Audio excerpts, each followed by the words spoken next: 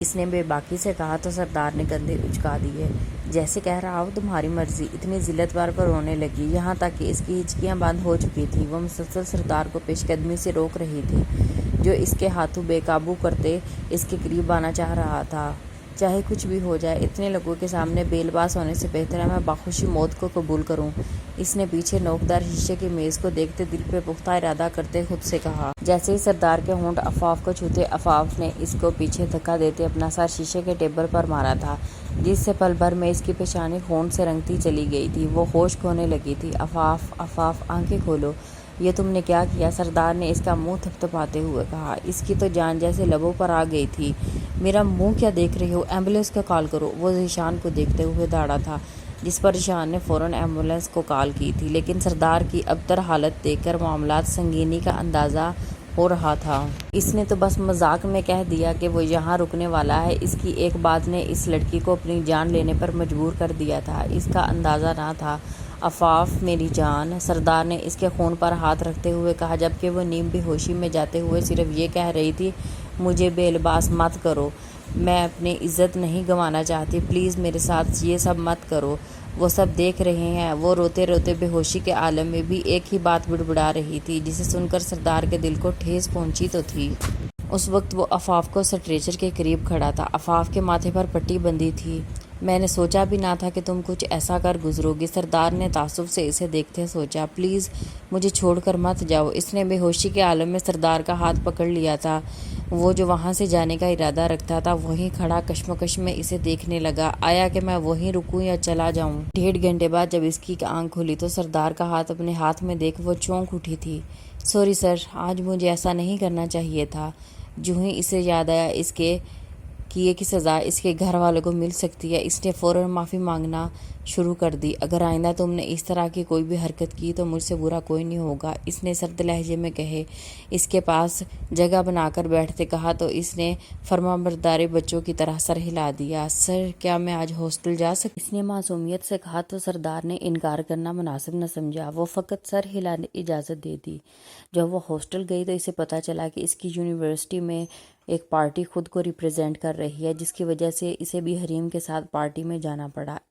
Aqua blue colour کی maxi پہنے ہوئے وہ سمندر سے نکلی کوئی جل پری لگ رہی تھی، جبکہ بال کمر پر کھلے چھوڑے تھے۔ عفاف، تم بہت پیاری لگ رہی ہو، یہاں سب کی نظریں تم پر ٹکی ہوئی ہیں، دیکھو تو صحیح۔ حریم نے اس پر فریختہ ہوتے کہا تو وہ شرما گئی۔ تم بھی کسی سے کم نہیں لگ رہی، باربی ڈول لگ رہی ہو، اس نے حریم کے گال کھینچتے کہا تو وہ گردن اکڑا کر بولی، ہاں وہ تو میں ہوں باربی ڈول۔ اگر یہ دو پیاری شیزائیں برا نہ منائے تو کیا میں آپ کو جوائن کر سکتا ہوں؟ ان کے پیچھے ایک اونچے لمبے خوبصورت نوجوان نے نکلتے پوچھا تو وہ ہڑبڑا گئی۔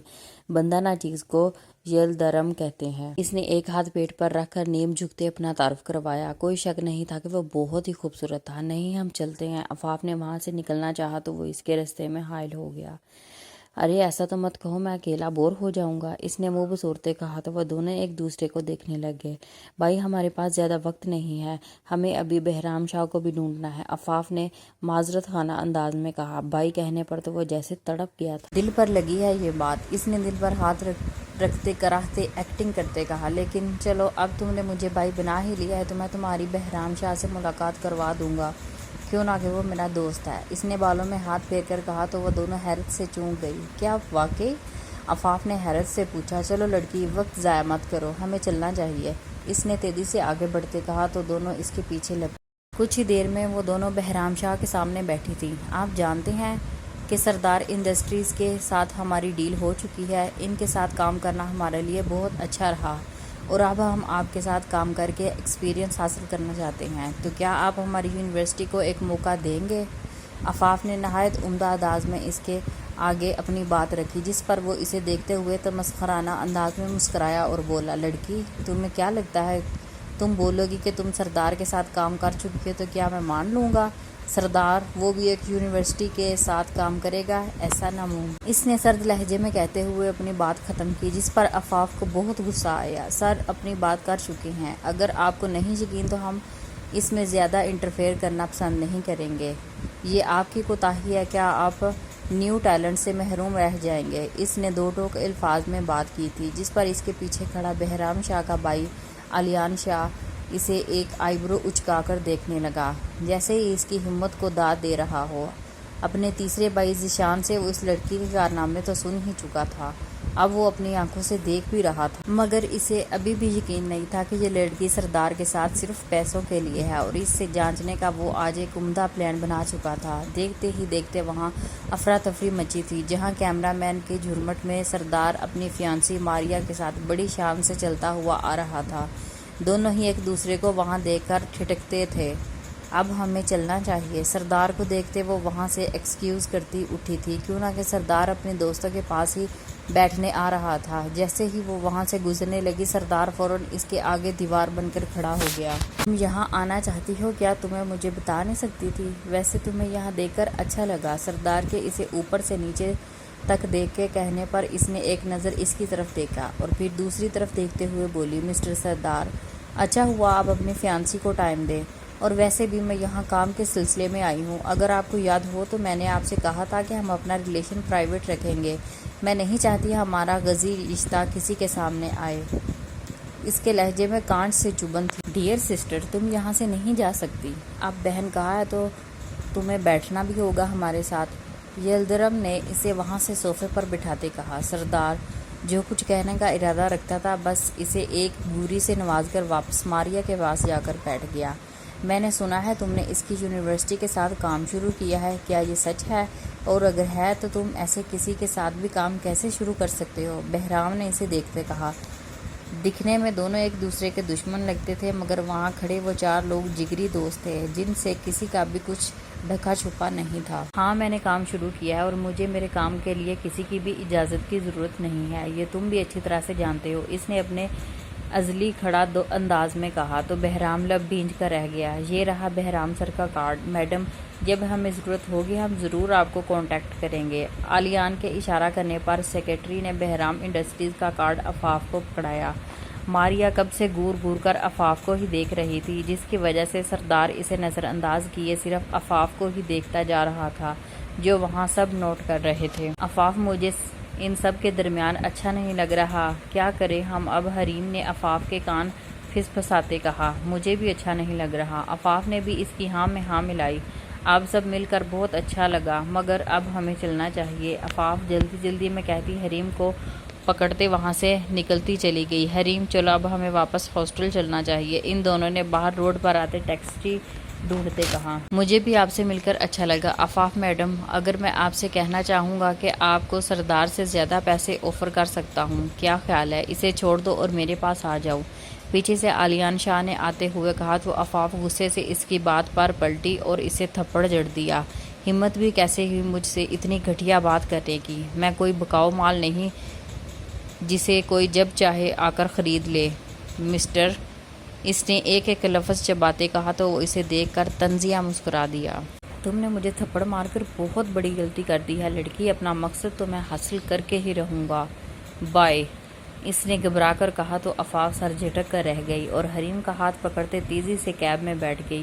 ہیلو، ہاں، ایک لڑکی کی کڈنیپ کرنا ہے جو یہاں ایکوا بلو ڈریس میں تھی اور سر پر پٹی بندھی ہوئی ہے، یہ لڑکی آج رات مجھے کروز پر چاہیے، اس نے سرد لہجے میں کہتے ہی دوسری طرف کی بات سنے بغیر فون کاٹ دیا اور جاتی جاتی کیب کو سلگتی ہوئی نظروں سے دیکھنے لگا۔ سردار جو اپنے گھر کے لیے نکل رہا تھا، راستے میں حریم کو پریشان کھڑا دیکھ کر اس نے فوراً گاڑی رکوائی اور اتر کر اس کے پاس گیا۔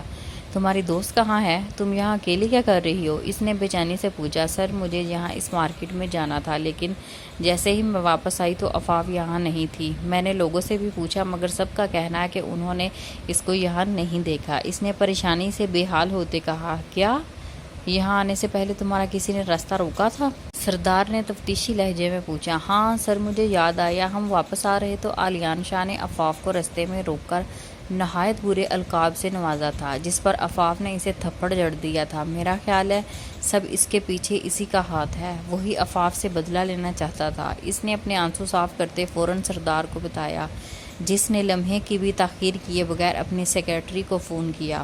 5 منٹ کے اندر میری بوٹ تیار کرو، ہم آلیان شاہ کو کروز شپ پر جا رہے ہیں۔ آفاق کو جب ہوش آیا تو اس نے اپنے آپ کو ایک عالی شان بیڈ پر پایا جس کو چاروں اطراف لڑکے کھڑے ہوئے تھے، جبکہ آلیان شاہ سامنے صوفے پر بیٹھا تھا۔ اس کی انسٹرکشن پر لڑکے کیمرہ آفاف کی طرف کیے اس کی ویڈیو بنانے والے تھے۔ آفاف کو لمحہ لگا تھا سمجھنے میں کہ کچھ بھی ٹھیک نہیں ہے اور علیان شاہ اس کے ساتھ کیسا کام کر لینا چاہتا ہے۔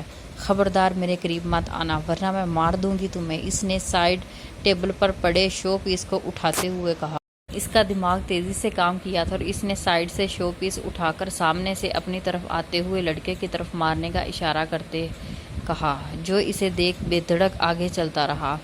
ہاں لڑکی، تمہارا کیا خیال ہے ہم تمہارے اس ایکٹنگ کے جال میں پھنس جائیں گے؟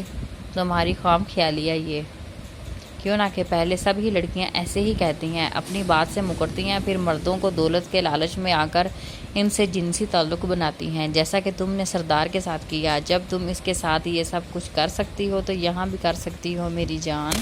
اس نے ترچھی نظروں سے آفاف کو گھورتے ہوئے کہا، جس کو اس کی یہ بات سنتے شدت سے غصہ چڑھا تھا۔ اس نے آؤ دیکھا نہ تاؤ اپنے قریب سرکتے ہوئے لڑکے کو سر میں شو پیس دے مارا تھا اور اسے دھکا دیتی باہر فرار ہو گئی تھی۔ اف، تم سے ایک لڑکی نہیں سنبھالی جا سکتی؟ علیان نے آفاف کے پیچھے بھاگتے ہوئے کہا۔ آفاف جب باہر آئی تو خود کو ایک بڑی شپ میں دیکھ کر حیران ہوئی، جس کے چاروں طرف گہرا نیلا سمندر تھا، جس کی لہروں پر چاند کی روشنی نہایت پرسوز لگ رہی تھی۔ وہاں کی خاموشی آنے والے طوفان کا پیشہ خیمہ تھی۔ کہاں جاؤ گے بچ کر ڈیئر؟ اب تمہارے پاس کوئی راستہ نہیں ہے سوائے اس کے کہ تم میری بات مان لو۔ علیان نے اس کے پیچھے اتر کر کروفر سے کہا، نہیں نہیں، میرے قریب مت آؤ ورنہ میں یہاں سے کود جاؤں گی۔ تمہارا کیا خیال ہے لڑکی، تمہاری بات کو میں سچ مان لوں؟ بہت دیکھی ہیں تم جیسی، جو شروع میں تو اپنی بات پر اڑی رہتی ہیں مگر آخر میں ہاتھ پر مکھن کی طرح پھسل کر آتی ہیں۔ اس نے طنزیہ لہجے میں کہا، کیوں نہ کہ اسے ابھی تک آفاف بری لڑکی ہی لگتی تھی، تو پھر ایک بھی پیسہ لیے بغیر میری سردار سے جان چھڑا دو۔ وہ چیخ کر بولی تو علیان اسے ایسی نظروں سے دیکھنے لگا جیسے کہ کہہ رہا ہو اسے پاگل بنا رہی ہے۔ چاہے تم جو مرضی کہہ لو، میں سردار کی تھی اور سردار کی ہی رہوں گی، تمہیں مرتے دم تک اپنے قریب نہیں آنے دوں گی، چاہے اس کے لیے مجھے اپنی جان سے ہی کیوں نہ جانا پڑے۔ آفاف نے شپ کی ریلنگ پر چڑھتے ہوئے کہا، جہاں پر سمندر کی ٹھٹرتی لہروں کے چھینٹے پڑ رہے تھے، جنہوں نے آفاف کے جسم میں کپکپی طاری کر دی۔ آفاف کی روتے ہوئے ہچکی بند کی گئی تھی۔ علیان قہقہ لگاتے ہوئے اس کے قریب آ رہا تھا۔ میں نے کہا دور رہو مجھ سے، تم میری بات کیوں نہیں سنتے؟ اس نے روتے ہوئے چیخ کر کہا، کچھ بھی ہو جائے میں سردار کی عزت پر داغ نہیں لگنے دوں گی، کیوں نہ کہ چاہے جیسے بھی حالات میں وہ ہے تو میرا شوہر ہی، میں مرتے دم تک اس کی وفادار رہوں گی۔ اس نے دل میں خود سے کہا، لیکن جب ان دونوں کے درمیان 2 قدم کا فاصلہ رہ گیا تو آفاف نے اپنی آنکھیں بند کر لی۔ اس کے ذہن پر سردار کا چہرہ لہرا رہا تھا۔ اس نے فضا میں اپنے دونوں بازوؤں کو لمحے میں پیچھے کر کے سمندر میں چھلانگ لگا دی۔ اور دیکھتے ہی دیکھتے اس کا جسم ٹھنڈے یخ سمندر کی بے رحم لہروں میں تحلیل ہوتا ہوا چلا گیا۔ آفاف، علیان چیخ کر کہتا ہوا فٹافٹ ریلنگ کے قریب آیا تھا، جہاں سے اس نے اپنی آنکھوں سے آفاف کو ڈوبتے ہوئے دیکھا تھا، اور اسے اب شدت سے اپنے کیے پر پچھتاوا ہو رہا تھا، کیوں نہ کہ وہ جان گیا تھا کہ وہ آفاف کو غلط سمجھتا ہے۔ وہ ایسی لڑکی تھی ہی نہیں، مگر اب وقت سے ہاتھ سے نکل چکا تھا۔ آفاف، وہ دوبارہ زور سے چلایا مگر اب اس کا جواب دینے کو وہ ہی نہیں بچی۔ اگلے منٹ میں ہی تیزی سے سردار کی بوٹ وہاں آ کر رکی۔ کہاں ہے وہ؟ اس نے علیان کو ریلنگ کے نیچے جھکے دیکھ کر سردار لہجے میں غرا کر پوچھا۔ وہ نیچے چھلانگ لگا چکی ہے۔ سردار کے چہرے پر ایسے تاثرات لگتا تھا وہ لڑکی اس کے لیے بہت اہم تھی۔ یہ میں نے کیا کر دیا؟ یہ لڑکی کم سے کم سردار کے ساتھ پیسوں کے لیے نہیں تھی، اس نے دل میں سوچا۔